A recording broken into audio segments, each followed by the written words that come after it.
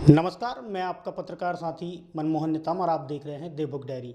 देवभोग, अमलीपदर एवं मैनपुर क्षेत्र की हर छोटी बड़ी खबरों के लिए बने रहिए देवभोग डायरी के साथ। देवभोग अनुविभाग में अब तक पुलिस के अनुविभागीय अधिकारियों की पदस्थापना नहीं हुई थी, लेकिन अब देवभोग में पुलिस विभाग के अनुविभागीय अधिकारी यानी कि एसडीओपी सर का यहाँ पर पदस्थापना हो गया है। मतलब अब देवभोग, इंदागांव और अमलीपदर थाना क्षेत्र में देवभोग में एसडीओपी पदस्थ हैं और ये तीनों थाना को वो कवर करेंगे, क्योंकि लंबे समय से मांग भी हो रही थी कि देवभोग अनुविभाग है और अनुविभाग में पुलिस विभाग के अनुविभागीय अधिकारी की पोस्टिंग नहीं हुई थी।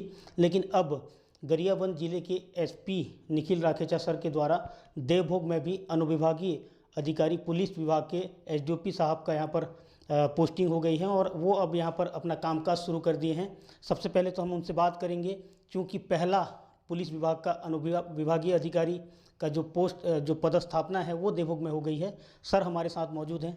सर, सबसे पहले तो देवभोग की पावन धरा में आपका स्वागत है। धन्यवाद।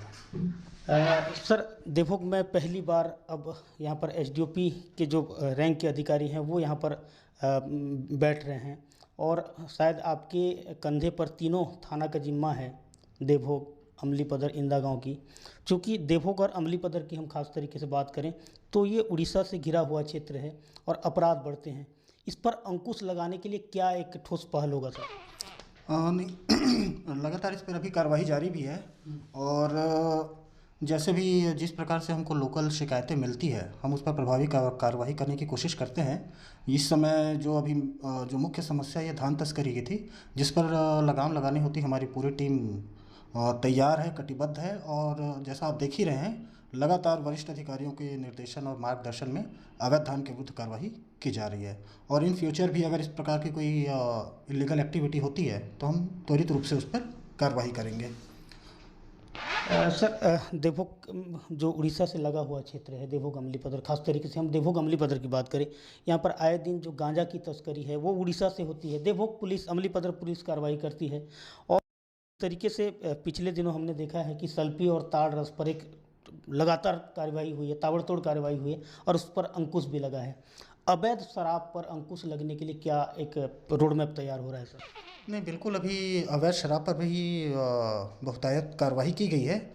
जैसा कि आप देख ही रहे हैं किसी प्रकार के बॉर्डर से हमारे बॉर्डर पे चेक पोस्ट लगे हुए हैं। 24 घंटे हमारे आरक्षक जो भी हैं, पुलिस अधिकारी वहाँ पे मौजूद हैं।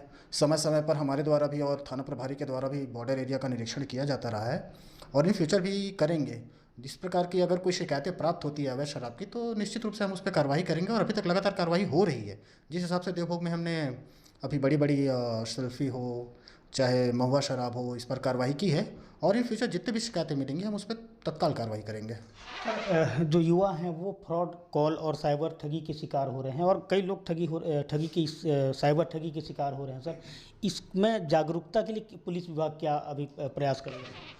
अभी जैसे कि हम पूरा प्रयास कर रहे हैं, अब क्षेत्र के स्कूलों में जा के बच्चों को जागरूक भी किया जा रहा है और ग्राम पंचायतों में भी जाके सरपंच के माध्यम से मीटिंग बुलाकर ग्रामीणों को इस संबंध में जानकारी दी जा रही है कि इस प्रकार के ऑनलाइन ठगी से कैसे बचना है, हमको क्या करना है, क्या नहीं करना है। लगातार हमारे जो देवभोग के स्टाफ हैं लगातार अपने क्षेत्र में भ्रमण करके ये जानकारी साझा कर रहे हैं और स्कूलों में भी हमारे द्वारा विशेष अभियान चलाया जा रहा है कि स्कूल में जाकर हमारा स्टाफ इन सब चीज़ों के बारे में बच्चों को जागरूक करे।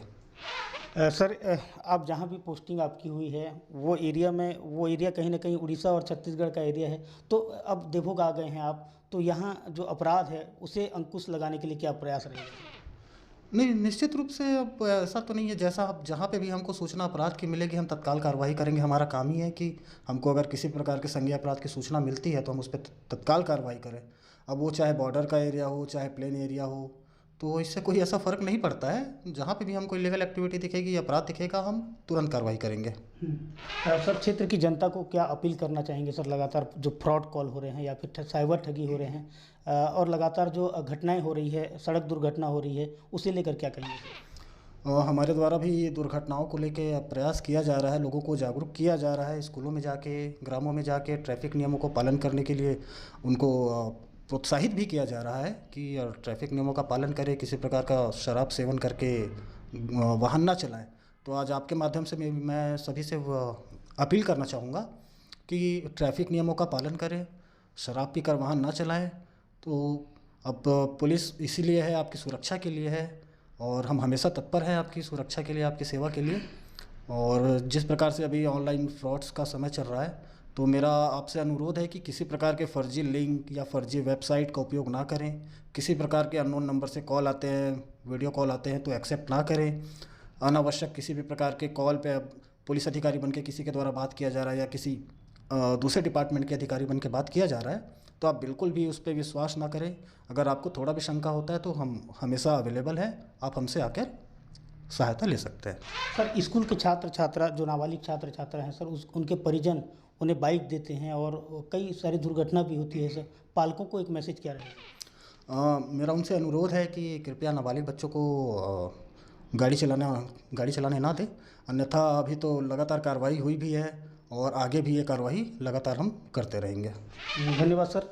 ये हैं देवभोग एसडीओपी विकास पाटले, और जिस तरीके से साइबर फ्रॉड की बात हो या फिर जो नशा की बात हो या फिर लगातार फिलहाल जो धान तस्करी चल रहा है उस पर अंकुश लगाने की बात हो, ये तमाम विषय को लेकर सर से हमारी चर्चा हुई और सर का कहना है कि सबसे पहले जो सड़क दुर्घटनाएं हो रही है उस पर अंकुश लगाने के लिए अब जागरूकता अभियान भी चलाया जाएगा, और जो छात्र छात्रा हैं, जो नाबालिग छात्र छात्रा हैं, वो वाहन चला रहे हैं जिस पर भी लगातार दुर्घटना हो रही है, उस पर भी अंकुश लगाने के लिए, उस पर भी रोक लगाने के लिए पालकों से संपर्क किया जाएगा। बहरहाल सर के पदस्थ होने के बाद एक उम्मीद तो जगी है कि अब देवभोग थाना क्षेत्र में प्रशासनिक पुलिस की जो प्रशासनिक कसावट है वो देखने को जरूर मिलेगी।